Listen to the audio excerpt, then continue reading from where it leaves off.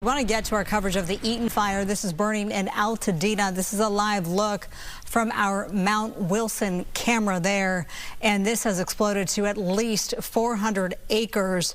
We do have some really, speaking of devastating images of the evacuation of a senior center. If we can bring that up to show our viewers here. This is, in fact, a live look. We have our Gina Silva. She's there on the ground, and this is her photographer bringing these live images. So it is a senior center that is being evacuated, and you see all of these poor people in wheelchairs, many with masks on, dealing with a lot of different issues, and then they have to reckon with the wind, the flames nearby, and just the uncertainty that they must be feeling, how insecure they must be feeling as well. Do we have our report? Yes. No, but who we do have on the line is from the city of Pasadena, Lisa Duderian. Thank you so much for taking the time out. Thank you for being with us tonight. What can you tell us about the Eaton fire and how it's impacting the city of Pasadena? Yeah, as you mentioned, over 400 plus acres have now been impacted. Over 1,000 homes are threatened. We are currently requesting 50 strike teams. Each strike team's 5 engines, so numerous personnel. They could be coming from out of state to support us. We did evacuate that assisted living facility with the help of our police department. We have set up a shelter at the Pasadena Convention Center, and we do have mandatory evacuations. We ask that people please heed to those. We're taking this very seriously, especially when we see what's been going on all day in the Palisades. When we tell you to evacuate, please do so, and please be prepared for those also in the outside just the jurisdictions for evacuation. All right, Lisa, thank you so much, and we will check back in with you later tonight. We want to go to the ground right now. Gina Silva is talking. Let's Gina, I'm not sure if you can hear us. I'm Buddy. So he was just telling me, the gentleman was nice enough to tell us that they were rescuing 92 patients. Yes. And describe for us just how quickly that fire got to the facility. I'm not really sure. I just got here like, 7 o'clock. I'm a night shift. Yeah. I Are all of the patients okay? Yeah, they're fine. I'll let you know. Thank you. Obviously, he's very busy, but just take a look. I know that we were at the nursing facility, and all of the patients were being put on gurneys and being transported to other locations, and that's what you're seeing here. 92 patients have been transported. When we were there, the fire was jumping the road and obviously getting way too close to that nursing facility. We're not sure if in fact it's going to survive, but it's not looking good. Again, this fire, just with these winds, you can see how strong they are, and it has just been unbelievable. Excuse me, are you guys with the nursing facility? Yeah. Get out of the way there. It's so chaotic here. We certainly don't want to get in the way of the firefighters and the rescue teams, but there are some family members here also who are concerned for their loved ones, But look, they're being taken in. This Pasadena SWAT vehicle is one of the transporters. I believe that's the case. Maybe I'm wrong. But were some of the patients transported in that? I believe so. Yeah, they were? Okay, thank you, sir. Yeah, they're using whatever they can. So they were transporting some patients there. You can see them inside in the Pasadena SWAT vehicle. They're using whatever they can to get these patients out of harm's way.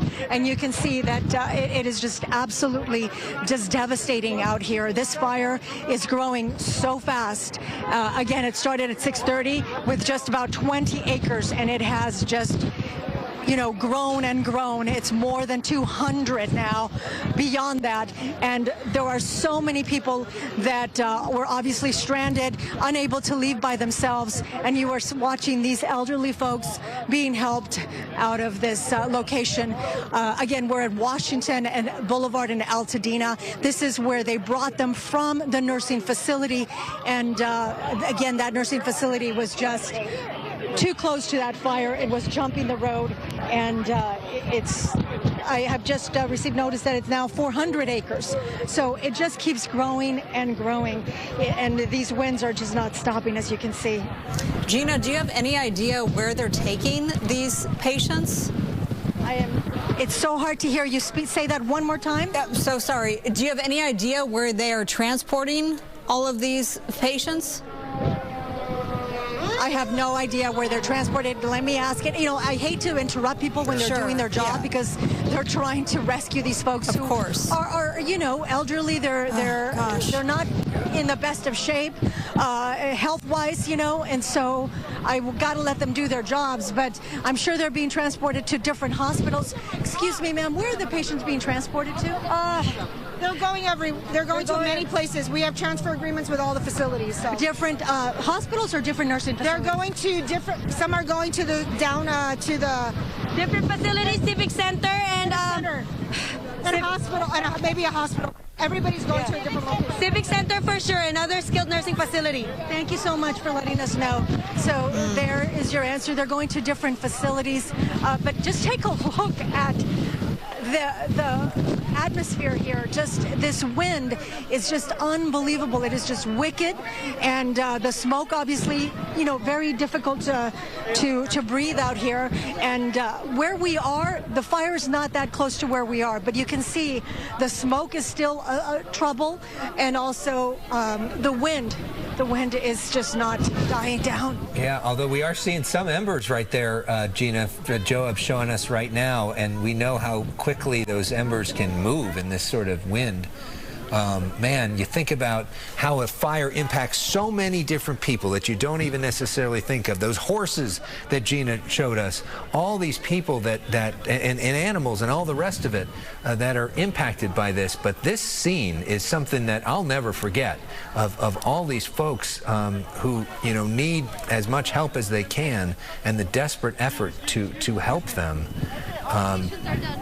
And Gina, to be clear, the nursing home that they were in I can't even open my eyes right now. I'm sorry.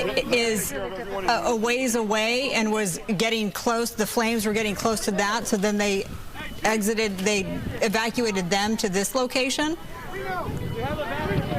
Yes, this is the location where they brought them. When I got to the nursing home, there were still seniors there, and they were transporting them in ambulances and different vehicles, even in police vehicles, to this location. And from here, as you can see, they're taking them in all different kinds of vehicles. Even the Pasadena SWAT vehicle was transporting these elderly patients, and they're going to different facilities. Again, this is because of that fire that is just absolutely out of control right now. And we were told over 90 patients are being transported to the different facilities. But you can see here, it's such a chaotic scene right now. Hey, everyone else, get in your vehicles and evacuate. All patients are good. Everyone get out of here if you can, all right? Stop moving out the area. Be careful. All right, good work, guys. Good work. Wow. All right, so they're asking everybody to evacuate. Let me see if I can. Sir?